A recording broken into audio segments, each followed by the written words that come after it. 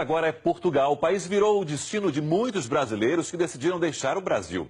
E ao contrário dos Estados Unidos, o país quer brasileiros e tem organizado uma série de eventos para orientar os possíveis imigrantes ao incentivo para investimentos, inclusive compra de imóveis. Ô Guga, Lisboa então está cada vez mais com sotaque de brasileiro. Tá, Sérgio. Eu tomei um susto outro dia que meu irmão anunciou que estava ele e a família de mudança para Lisboa, né? E meu irmão tem cidadania americana, poderia vir morar nos Estados Unidos, mas ele optou por ir para Lisboa, vai agora no próximo mês. Daí eu comecei a descobrir que realmente tem muito brasileiro indo para Portugal. A gente sabe que historicamente portugueses foram para o Brasil, desde que o Brasil foi descoberto, mas muitos na época do salazarismo, e depois até mais recentemente, durante a crise pela qual passou Portugal, alguns anos atrás, 7, 8 anos atrás, muitos jovens portugueses foram morar em São Paulo. O Financial Times, o jornal britânico na época, até brincou que a melhor saída para Portugal naquele momento, que o Brasil estava no auge e Portugal em baixa, seria Portugal virar Estado brasileiro, mas agora mudou. Muitos brasileiros estão querendo ir para Portugal, e não é só brasileiro. Lisboa é a cidade do momento na Europa, em grande parte porque não é uma cidade alvo de terrorismo, tem visto um boom artístico muito grande, muitos jovens têm ido para Lisboa. Claro, todo verão, ingleses, franceses, alemães vão passar as férias ali em Portugal, especialmente mais ao sul, no Algarve, mas acabam passando por Lisboa. É uma cidade quase sem criminalidade, extremamente agradável, e para o brasileiro, claro, tem uma série de outros benefícios, a começar pela língua. Então, muitos estão buscando. E Portugal, como você colocou bem, Sérgio, dá incentivos para você conseguir o direito de residência em Portugal. Claro, muitos brasileiros têm passaporte português, porque o avô é português, outros têm passaporte italiano e automaticamente têm direito de viver em Portugal. Mas se você compra um imóvel em Portugal, abre conta num determinado valor, há uma série de incentivos. E muitos jovens brasileiros também têm buscado as universidades portuguesas. A gente vê a crise pela qual passa o UERJ aí no Rio de Janeiro, uma ótima universidade, mas com colapso da economia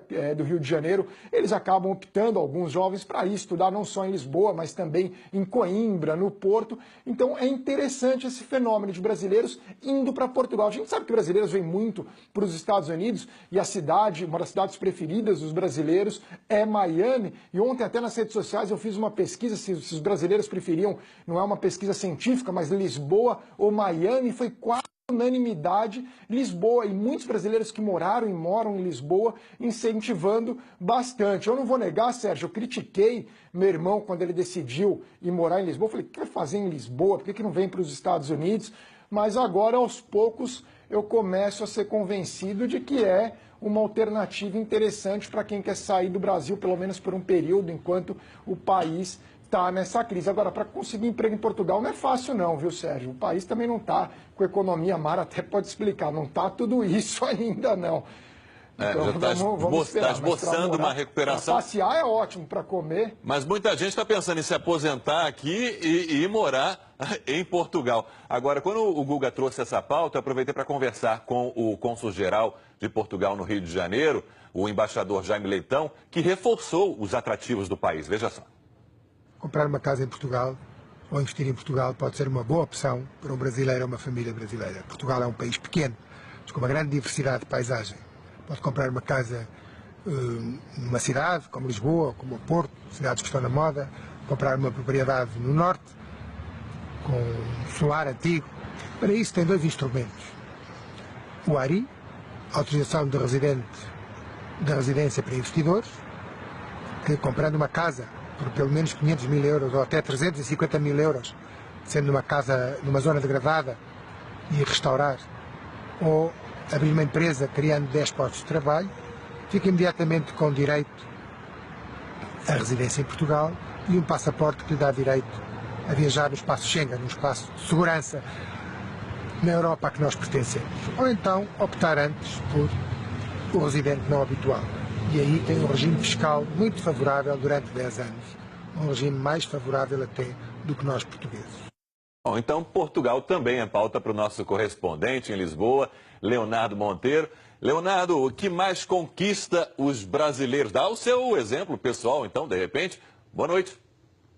Oi, Sérgio. Boa noite para você. É um prazer participar aqui do Em Pauta. Estamos aqui no escritório da TV Globo em Lisboa e, de fato, o que o Guga falou tem toda a razão. A gente tem visto uma onda de imigração muito forte por parte dos brasileiros, mas de uma característica um pouco diferente daquela vista nos anos 80, nos anos 90, em que eram brasileiros com pouca qualificação, que vinham para cá à procura de mão de obra, enfim, menos qualificada. E agora não, a onda de imigração que a gente está vendo é, de fato, de jovens estudantes que não estão encontrando oportunidades no Brasil, que tentam vir para Portugal para tentar, de fato, ingressar no mercado de trabalho, se qualificar melhor, enfim. E eu trouxe alguns dados aqui importantes, é que saiu agora, no mês passado, um levantamento que nos últimos 10 anos, 400 mil estrangeiros conseguiram a nacionalidade portuguesa. E, claro, o Brasil lidera esse ranking pelo fato de muitos brasileiros terem ascendentes, enfim, avô, bisavô, o meu caso é esse, inclusive, eu tenho um bisavô português, vim para cá fazer um mestrado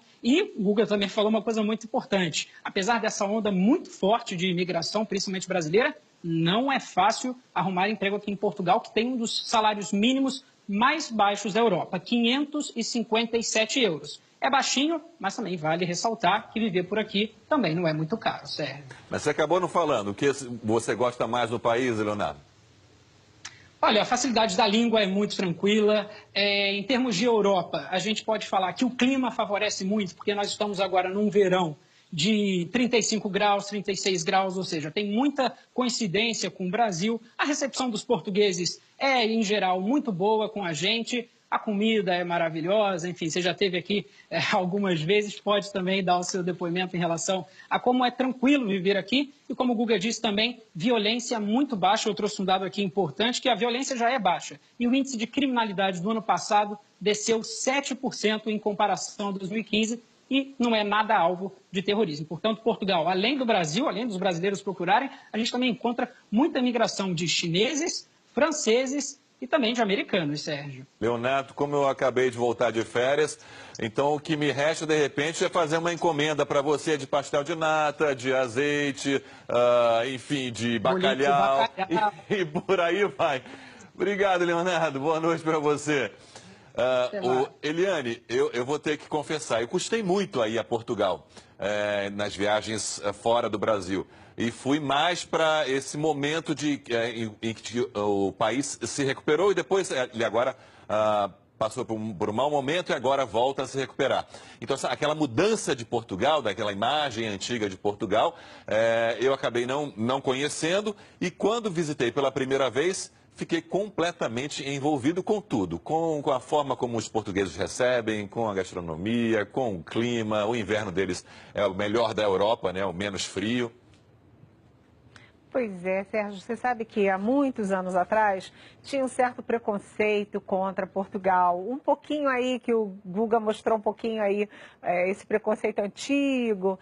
E a primeira pessoa que se mostrou assim, apaixonada por Portugal foi o meu marido, muitos anos atrás. Foi a primeira viagem internacional dele, ele já tinha, sei lá, 20 anos de idade quando fez essa viagem, e ele foi sempre apaixonado por Portugal. Portugal é um país encantador, de gente muito acolhedora. Agora, eu queria entrar nesse aspecto do Leonardo, porque quando o Guga falou, a primeira coisa que me bateu foi isso. As migrações em crises geralmente são os pobres que vão embora em busca de algo melhor. Aqui no Brasil, a gente está perdendo a nossa juventude, os nossos universitários, as nossas pessoas mais qualificadas para o primeiro mundo, para Portugal, para os Estados Unidos, para a Europa, até para a China. Eu morro de tristeza com isso, porque isso é uma perda. As crises, elas não se estancam em si, né? Elas deixam um lastro de crise ao longo do tempo. Eu morro de tristeza de ver nossas novas gerações que tinham que impulsionar o país indo embora.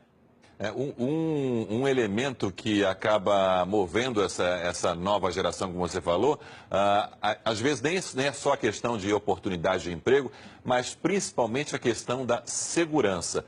Aliás, reforçando a questão da alta criminalidade nas grandes cidades como Rio de Janeiro e São Paulo. Isso tem um peso bastante expressivo nessas decisões, que ao mesmo tempo tem que ter uma certa cautela, Mara.